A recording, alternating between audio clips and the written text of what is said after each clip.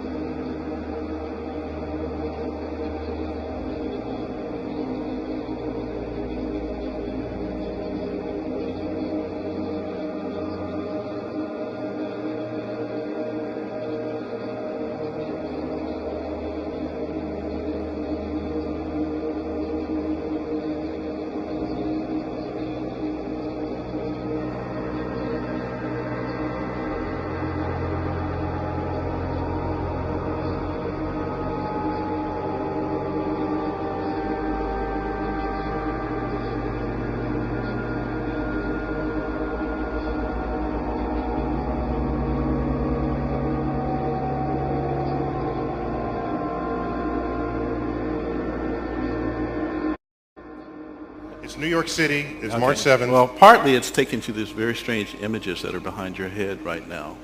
These are pictures of equations. I've been, for the last 15 years, trying to answer the kinds of questions that my colleagues have been raising. And what I've come to understand is that there are these incredible pictures that contain all the information of a set of equations that are related to string theory. And it's even more bizarre than that, because when you then try to understand these pictures, you find out that buried in them are computer codes just like the type that you find in a browser when you go surf the web. You're saying your attempt to understand the fundamental operations of nature leads you to a set of equations that are indistinguishable from the equations that drive search engines and browsers on our computers. That is correct. So wait, I have to just be silent for a minute here. So you're saying as you dig deeper, you find computer code writ in the fabric of the cosmos. Into the equations that we want to use to describe the cosmos, yes. Computer code. Computer code, strings of bits of ones and zeros. It's not just sort of resembles computer code, you're saying it is computer code. It's not even just is computer code, it's a special kind of computer code that was invented by a scientist named Claude Shannon in the 1940s. That's what we find very, very deeply inside the equations that occur in string theory and in general in systems that we can say are supersymmetric.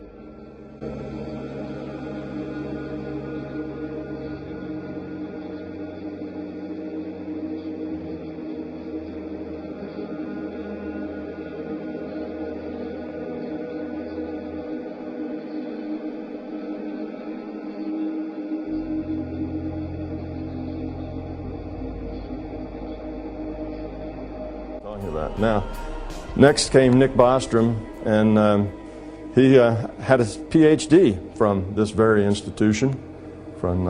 He just went through it logically, and he found that it was impossible to say that it was impossible. Then he found out that it was unlikely to say that it was unlikely.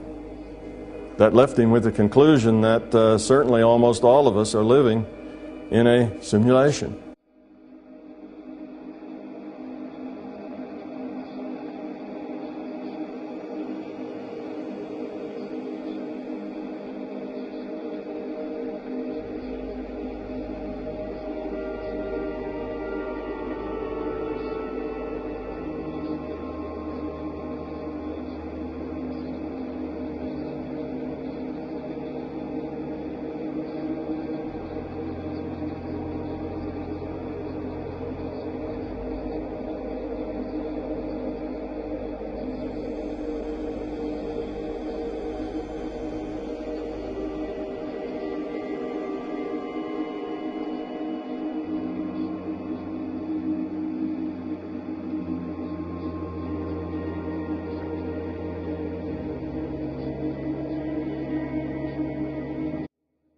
And they fill it with their subconscious.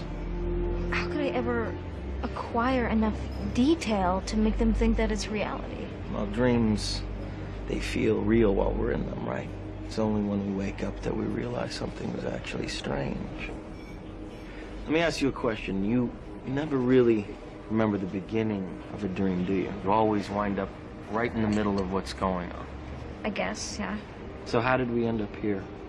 Well, we just came from the, Think about it, Ariadne. How did you get here? Where are you right now? We're dreaming? You're actually in the middle of the workshop right now, sleeping. This is your first lesson in shared dreaming. Stay calm.